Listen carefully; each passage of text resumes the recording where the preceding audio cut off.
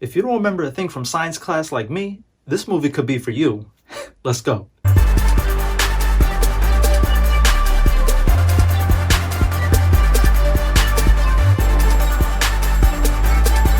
Osmosis Jones. This is a throwback review now. This movie was made back in 2001, and it's very interesting because obviously it's an animated movie, but as I'm watching this, there's parts where it's live action too, and it kind of goes back and forth. So you have this man in the real world, Frank, and Frank will eat anything. This guy is disgusting. If something falls on the ground, you know, he goes by the 10-second rule. I thought it was a 3-second rule, but this guy will eat anything. So although he's skinny, kind of skinny fat like your boy, inside it's really, really bad. But this movie has such an interesting concept that I never seen before, because the animated part is what goes on inside his body, and pretty much inside his body is its own city. They call it the City of Frank. And this movie is so cool because it incorporates politics, comedy, detective work. It makes it seem like it's a real city going on within this guy's body, such as like different areas mean different things. The main character, Osmosis Jones, is a white blood cell who is trying to prevent any viruses entering the body. He's actually played by Chris Rock, who does a great job in this movie. This soundtrack is awesome. It takes you back to the 90s. It just has that awesome hip hop and R&B vibe. Pretty much you have this virus that enters the body of Frank due to his horrible eating. He consumed it somehow,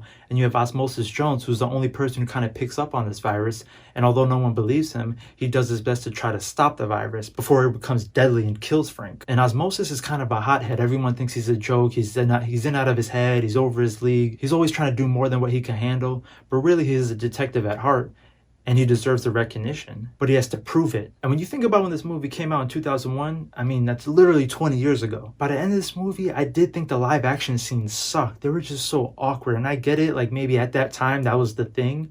But rewatching it's so weird and gross and nasty. And the acting just felt forced. It felt a little corny. I guess one word to describe it was cringy. It was cringe. But maybe it wasn't cringe watching it 20 years ago. Now, I've heard about this movie. I feel like I've seen it around from time to time, but I never watched it. I thought I did watch it way back, but after watching it recently, I definitely never watched it before. Because these are one of those movies where you would remember, because a story like this has never been done before. The animation was very good. It had nice shadows throughout the whole movie. The script was very thorough and informative, with hilarious references about science and real-world applications such as the body and the city. It's just so cool how the inside of the body is literally a city where the cells are working together. They all have different jobs. You have this mayor who pretty much runs the city and runs the body and wants to give the people what they want. So if the people want sugary foods, that's what the mayor is going to keep promoting and trying to provide, although it's obviously not the best and could lead to a downfall. As you get more into the story, our main guy Frank takes a cold pill similar to a Tylenol called Drixenol,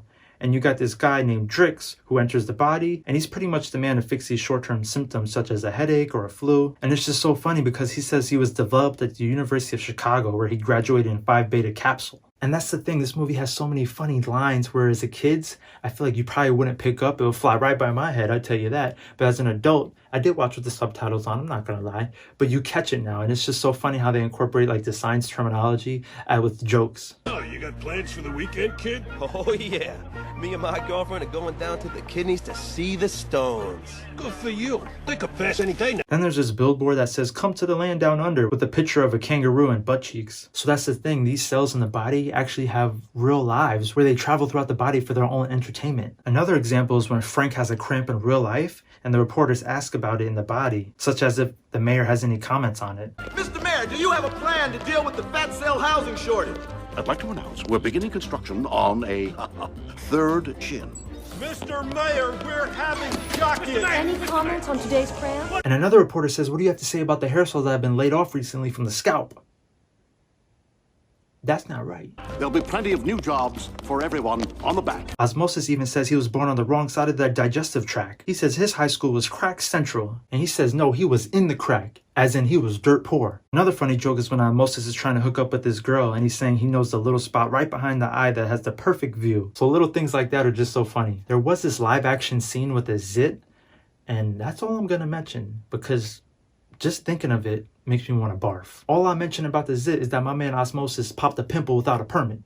That's all that was said. And it's cool because throughout the movie, there's actually text on screen to show you where they are throughout the body and time, such as brain at 5 o'clock or stomach at 7 o'clock. And the stomach, for example, the way they made this into like a real life situation is that they treated the stomach as an airport. So when he's consuming foods, it shows you of what's arriving on time, such as nachos, pudding, fingernail, boogers. The soundtrack is just so awesome. Just to mention again, like randomly they play Trick Daddy. And I'm like, you got me. You had me at Trick Daddy. Stop right there. There are some legendary actors in this movie. I'm telling you guys, you gotta check this out. I even like the villain in this movie because his voice was just so creepy, and the way he looked was creepy as hell too. There was another funny scene similar to the stomach and how that was an airport, where they treated the brain, the subconscious mind, as a movie theater where it played his different memories or dreams at the moment. They had like a movie poster of a girl he recently met, and then another movie poster of his worst nightmare. The movie felt very 90s, although it was made in 2001. It was just so cringy at times, but had really good music and funny jokes. And it kind of just felt very authentic. The movie just knows what it is and definitely strengthens on it. Overall, I had a really good time watching this movie, and would have to say it was definitely a vibe.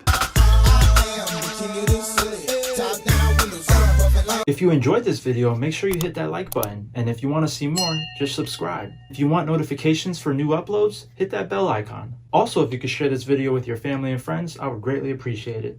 Thank you for watching. I'll see you on the next one. Peace.